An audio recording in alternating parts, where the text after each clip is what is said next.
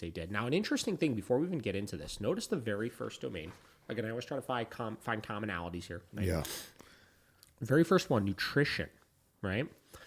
And third, health. These will kind of tie in together.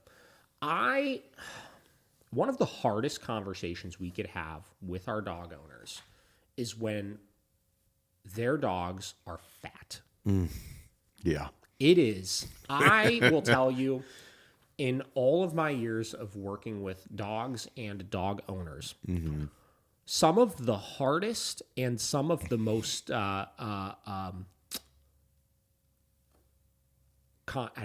don't know what the word I'm looking for is, right? The most tense conversations I've had and the situations where clients have gotten the most frustrated with me before have all been surrounding their dogs being too fat and them needing to make adjustments to their dog's feeding schedule, right? Oh, yeah. The reason why I bring this up is because obviously they're putting nutrition as domain number one, right? And all of these domains the reason why they created these domains is because they all impact, as they said, the dog's behavior, right? Yep.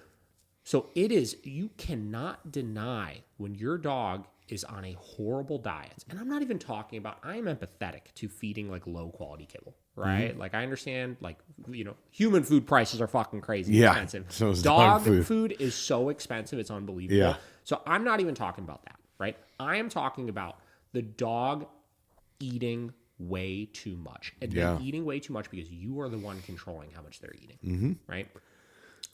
And I used to talk all the time, like, I know for me, like, I've been through ups and downs as far as eating like shit and eating healthy and how my mood and my behavior and stuff is impacted based on like where I'm at in my current diet cycle, right? And in my peak times where I was just eating fast food all the time and just had just eating whatever I wanted, whenever I wanted, et cetera, it is undeniable that I was more anxious. I was more irritable. I didn't feel good. Like my behavior was just shit because of it, right? My whole mental well-being and everything was shit because of it. Yeah. Right? So one of the most simple things we could do with our dogs and should do with our dogs, past just from a health standpoint of if your dog's fat, you're going to be spending a lot of money on vet bills in the future with your dog, right?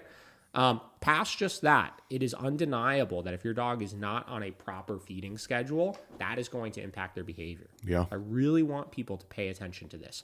If you feel like your dog is free feeding, too overweight, whatever it may be, go to our website. We have a blog post entitled Building Food Drive with Your Dog, which I wrote that blog with the intent of teaching people that have dogs that are uninterested in working for positive reinforcement how to get their dog to a place where they're working for positive reinforcement.